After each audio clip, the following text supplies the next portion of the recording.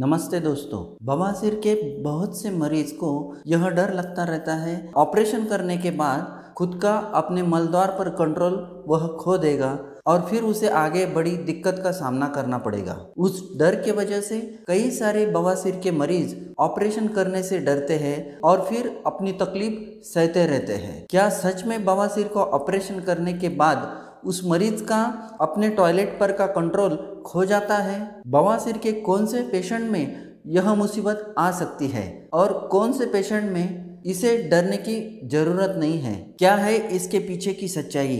यही सारी बातें आज हम इस वीडियो में जानेंगे, तो आप इस वीडियो को अंत तक जरूर देखें। आगे बढ़ने से पहले मैं अपना खुद का परिचय देना चाहता हूँ। मैं डॉक्टर सुधाकर तोड़कर पिछले 13 सालों से महाराष्ट्र के छत्रपति संभाजीनगर जिले में बवासीर विशेषज्ञ के रूप में मेडिकल प्रैक्टिस कर रहा हूँ। यदि इस चैनल पर यह वीडियो आप पहली बार देख रहे हो तो चैनल को सब्सक्राइब जरूर करें और उसके आगे का बेल आइकन बटन दबाएं ताकि भविष्य में आने वाली ऐसे ही नॉलेजेबल वीडियो का नोटिफिकेशन आपको सबसे पहले मिले। किसी आदमी का अपने टॉयलेट पर का कंट्रोल खो जाना, उसे मेडिकल टर्म में इनकॉन्टिनेंस कहा जाता है। इनकॉन्टिनेंस क्या होता है और क्यों होता है, ये बताने से पहले मैं आपको कॉन्टिनेंस मतलब क्या, कॉन्टिनेंस किसे कहते हैं, यह समझाने की कोशिश करूंगा। Continence means ability to control when you urinate and empty your bowel. एक उदाहरण से हम इसे समझने की कोशिश करेंगे।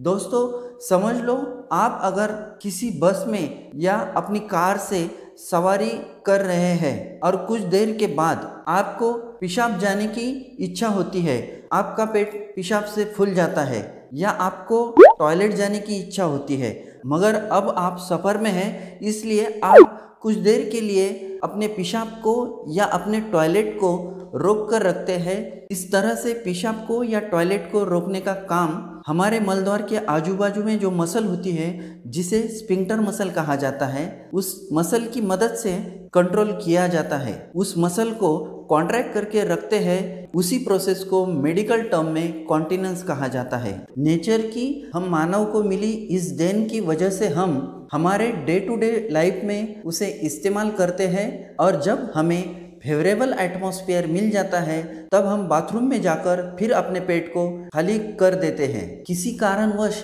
जब किसी आदमी में यह कॉन्टिनेंस की प्रक्रिया में बाधा उत्पन्न होती है, तब वो आदमी अपने पेशाब या टॉयलेट में कंट्रोल नहीं कर पाता और फिर न चाहकर भी उसके अंडरगारमेंट्स यूरिन से या स्टूल से लीकेज होकर खराब हो जाते हैं।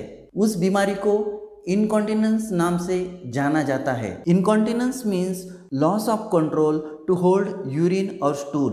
पेशाब पर का कंट्रोल खो जाने को यूरिनरी इनकॉन्टिनेंस कहा जाता है, जो समस्या अक्सर लेडीज में दिखाई देती है। स्टूल पर का जो कंट्रोल खो जाता है उसे मेडिकल टर्म में फीकल इनकॉन्टिनेंस कहते हैं। इस समस्या की वजह से उस आदमी की सोशल लाइफ बिगड़ जाती है। वो घर से बाहर जाने को डरता है, ट्रैवल करने को डरता है, किसी फंक्शन में, शादी में, पार्टी में जाने से डरता है कि वहाँ जाने के बाद उसके अंडरगारमेंट लीकेज की वजह से खराब न हो जाए। हमारे मलद्वार के बाजू में दो तरह की स्फिंक्टर मसल होती है, एक इंटरनल स्फिंक्टर मसल और दूसरी एक्सटर्नल स्फिंक्टर मसल। सीधी भाषा में बताऊं तो दो तरह के वॉल हमारे एनल ओपनिंग के पास होते हैं, एक अंदर वाला वॉल और एक बाहर वाला वॉल, ऐसा आप इसे समझ सकते हैं। जब बाहर वाले वॉल को मतलब एक्सटर्नल स्फिंक्टर मसल को किसी कारण के वजह से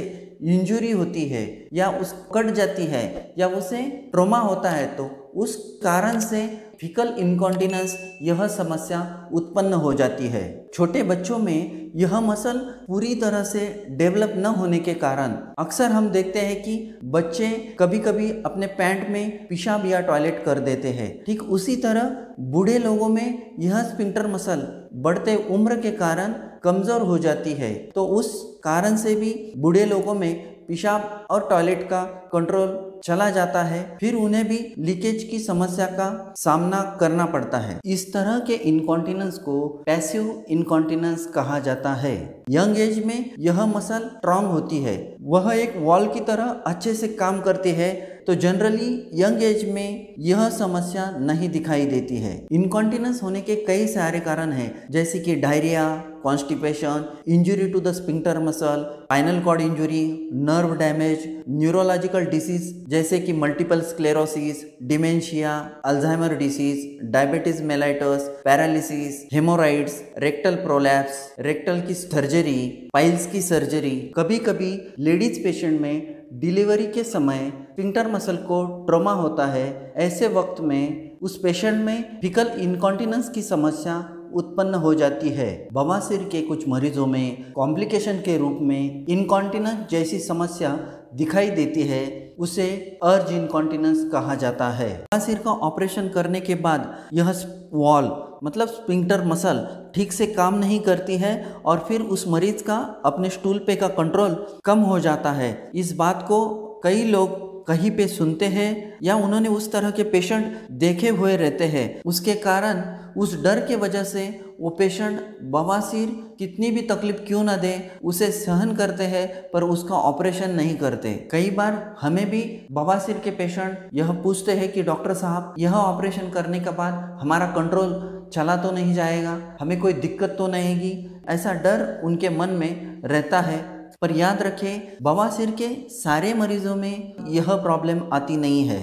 जिन मरीजों के मस्से बहुत ज़्यादा बड़े हुए हैं और उनकी सर्जरी करके उसे निकालने के वक्त उस स्फिंक्टर मसल का कुछ हिस्सा अगर कट गया तो, या फिर भगंदर मतलब एनल फिस्टुला का ट्रैक निकालते समय अगर स्फिंक्टर मसल कट हुई या उसे थोड़ी इंजुरी हुई, तो ऑपरेशन के बाद उन मरीजों में इनकॉन्टिनेंस की प्रॉब्लम दिखाई दे सकती है। अगर आप वेल क्वालिफाइड एक्सपीरियंस डॉक्टर के हाथों से अपने बवासीर का ऑपरेशन करेंगे तो यह इनकॉन्टिनेंस की प्रॉब्लम आपको नहीं आएगी। परंतु बहुत बार मरीज पैसे बचाने के चक्कर में किसी फर्जी या बोगस डॉक्टर जिन्हें मेडिकल साइंस का सही से ज्ञान नहीं होता है उनके पास जाकर ऑपरेशन करवाते हैं। उन मरीजों को यह प्रॉब्लम अक्सर आती है। इस वीडियो के माध्यम से मैं आपको विनती करूंगा कि आप अपने बवासीर या भगंदर का ऑपरेशन किसी एक अच्छे well qualified well experience doctor के हाथों से ही करवाएं, ना कि किसी बोगस या फर्जी डॉक्टर से करवाएं, ताकि भविष्य में आपको मुसीबत का सामना ना करना पड़े। जिन मरीजों के बवासीर के मस्से काफ़ी बड़े होते हैं और बीमारी काफ़ी पुरानी होती है, या जिन मरीजों का फिस्टुला काफ़ी अंदर तक फैला हुआ होता है, उन मरीजों को ऑपरेशन के बाद इस समस्या का सामना करना पड़ सकता है। तो समझदारी इसी में है कि आप अपने बवासीर का जल्द से जल्द किसी अच्छे डॉक्टर की मदद से सही और पूरा इलाज करें। इस बीमारी को ज़्यादा बढ़ने ना दें, उन्हें अनदेखा ना करें। कुदरत ने हमें एक ही मलद्वार दिया है, उसे किसी अनपढ़ फर्जी डॉक्टर के हाथ में ऑपरेशन के लिए ना दे। ऑपरेशन के बाद कॉम्प्लिकेशन के रूप में इनकॉन्टिनेंस जैसी समस्या उत्पन्न हुई तो भी कुछ बातें फॉलो करके उसका इलाज किया जा सकता है, जैसे कि डाइट में चेंज करना, कुछ मेडिसिन लेना, बोवेल ट्रेनिंग लेना,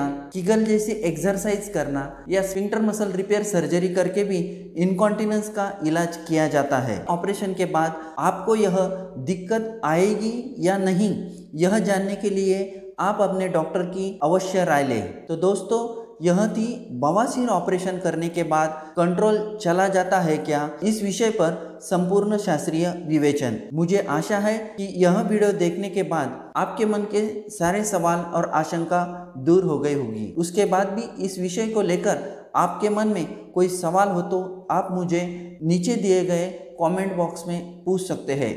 मैं आपके सवालों का जवाब देने की कोशिश करूंगा। यह वीडियो आपको पसंद आया हो तो उसे लाइक करें और अपने दोस्तों के साथ शेयर करें। तो दोस्तों, आज के लिए इतना ही। फिर मिलते हैं अगले किसी ऐसे ही नॉलेजेबल वीडियो को लेकर। तब तक के लिए धन्यवाद। Stay fit, stay healthy.